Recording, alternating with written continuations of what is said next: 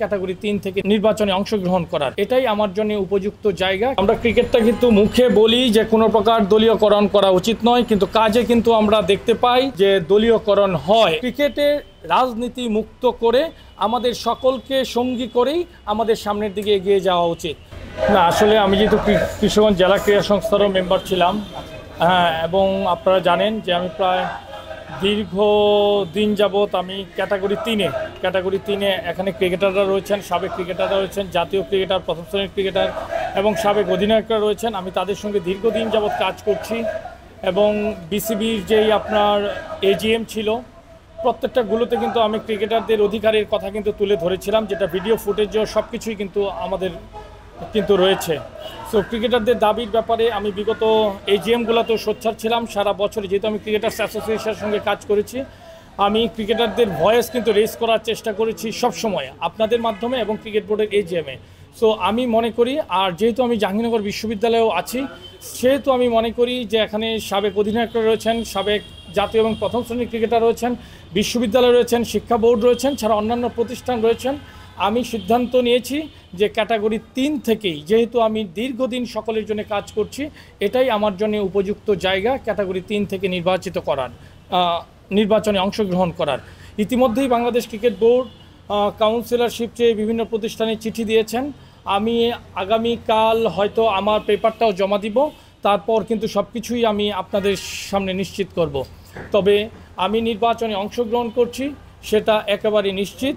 সেই জন্যেই কিন্তু আজকে আমি ক্রিকেট বোর্ডে এসেছিলাম। আপনারা সকলেই অবগত আছেন যে সাবেক 5 জন অধিনায়ক এবং 10 জন জাতীয় এবং প্রথম শ্রেণীর ক্রিকেটার ক্রিকেট বোর্ডের সভাপতি এবং ক্রিকেট বোর্ড যৌথভাবে নির্বাচন করে থাকেন কারা হবে।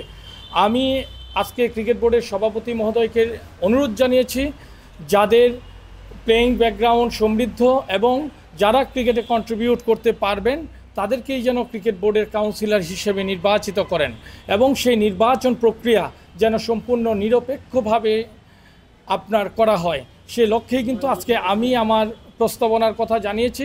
আপনারা জানেন যে বিগত দিনগুলোতেও যারা কাউন্সিলর ছিলেন তারা কিন্তু ক্রিকেট বোর্ডকে কন্ট্রিবিউট করার চেষ্টা করেছিলেন, কিন্তু আমরা চাই ক্রিকেটটা আরও সামনের দিকে এগিয়ে যাক। সে লক্ষ্যেই যাদের ক্রিকেটিং ব্যাকগ্রাউন্ড সমৃদ্ধ, একাডেমিক ব্যাকগ্রাউন্ড সমৃদ্ধ এবং ক্রিকেটারদের হয়ে বিশ্ববিদ্যালয় শিক্ষা বোর্ডের হয়ে যারা কথা বলবেন, আপনারা দেখেছেন গত 10-15 বছর কিন্তু আমাদের ইউনিভার্সিটি টিমের খেলাগুলো কিন্তু হয়নি, শিক্ষা বোর্ডের ভেতরেও কিন্তু এই কোঅর্ডিনেশনগুলো হয়নি। তো আমি যদি নির্বাচিত হই, ক্রিকেটারদের তো অগ্রাধিকার থাকবেই, সেই সঙ্গে বিশ্ববিদ্যালয় এবং শিক্ষা বোর্ডের জন্য নিয়মিত খেলাগুলো অনুষ্ঠিত হয় সেদিকেই কিন্তু আমার লক্ষ্য থাকবে। আপনি দেখেন, আমি after my as a cricket player, after my career, আমি কিন্তু সংগঠক হিসেবে দীর্ঘদিন আপনাদের সঙ্গে সংযুক্ত আছি, ক্রিকেটারদের জন্য কাজ করছি, বিশ্ববিদ্যালয়ের জন্য কাজ করছি। কাজেই আমি আশা করি নতুন যারা কাউন্সিলর হবেন বিভিন্ন প্রতিষ্ঠান থেকে প্লেয়ার হিসেবে, তারা ডেফিনেটলি আমার ব্যাপারে তারা অবশ্যই ইতিবাচকভাবে সকল কিছু ভাববেন।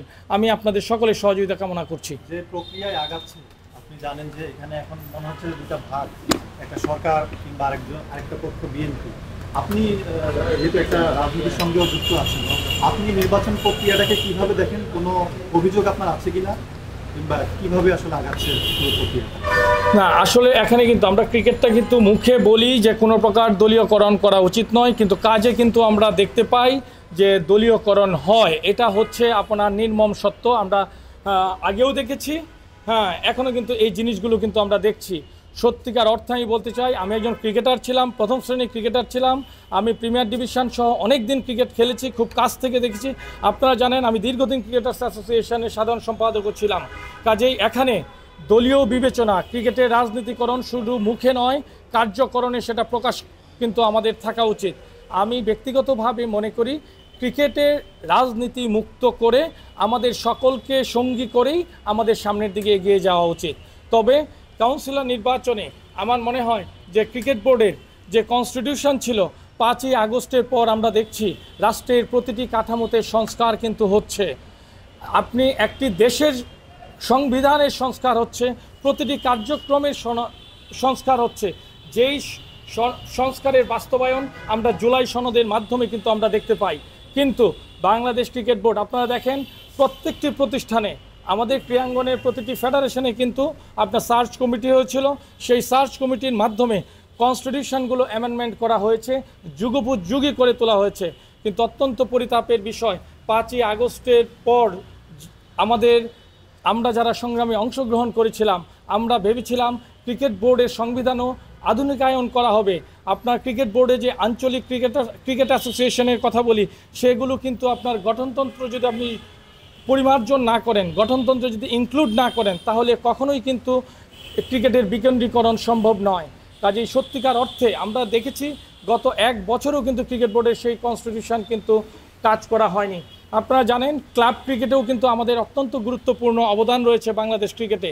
কাজেই ক্লাব ক্রিকেট এবং আমাদের রিজিওনাল ক্রিকেট কিভাবে সুপ্রতিষ্ঠিত করা যায়, সকলের সঙ্গে সমন্বয় করে, সকলের সঙ্গে আলোচনা করে, সেটা নিয়েই কিন্তু কাজ করা উচিত ছিল। কিন্তু গত 1 বছরে কিন্তু আমরা এটা দেখিনি। এটা কিন্তু অত্যন্ত পরিতাপের বিষয়। বাংলাদেশ ক্রিকেট বোর্ড মনে হয় একমাত্র বোর্ড যারা পূর্বের যারা ছিল তারাই পরিচালনা করছেন। কিন্তু ক্রিকেট বোর্ডের আমাদের মাননীয় ক্রীড়া উপদেষ্টা উনিও কিন্তু বলেছিলেন যে ক্রিকেট বোর্ড সংশোধনের ব্যাপারে, কিন্তু এখন পর্যন্ত আমরা সেটা দেখতে পাইনি। এটা কিন্তু অত্যন্ত পরিতাপের বিষয়। ভাই বলছিলেন যে আপনি দীর্ঘদিন ক্রিকেটের সাথে ছিলেন, বাইরে একটা মানববন্ধন চলছে আসলে নারী ক্রিকেটে যে বৈষম্যের কথা বলছে কাউন্সিলরশিপ দেওয়ার জন্য, আপনি কি মনে করছেন নারী ক্রিকেটে কাউন্সিলরশিপ দেওয়া কতটা প্রয়োজন? অবশ্যই আমাদের কিন্তু নারী ক্রিকেট টিম রয়েছে। আপনি যদি দেখেন ক্রিকেট বোর্ডের কিন্তু এটাও ভাবা উচিত, আমাদের কিন্তু অনেক নারী ক্রিকেটার রয়েছেন যারা জাতীয় দলে আজকে যে 15 জন ক্রিকেটার কাউন্সিলর যদি দেওয়া হয়, আমি মনে করি এখানেও নারী ক্রিকেটার যারা সাবেক জাতীয় দলে খেলেছেন, সেখানে নারী ক্রিকেটারদের অবশ্যই পার্টিসিপেশন থাকা উচিত। আজকে দেখলাম এসে যে নারী কাউন্সিলরদের ব্যাপারে ক্লাবগুলোর একটা মিছিল হচ্ছে। সো আমি মনে করি এগুলো ইতিবাচকভাবে উপস্থাপন করতে হবে। আপনি যদি ছেলেদের ক্রিকেটের যদি আপনার ক্লাবগুলো কাউন্সিলর থাকে, নারী ক্লাবগুলো টিমগুলো যারা চালায় তাদেরকেও আমি মনে করি যে মূল্যায়ন করা উচিত। তবে সেই মূল্যায়ন অবশ্যই বাস্তবতার নিরিখে হওয়া উচিত।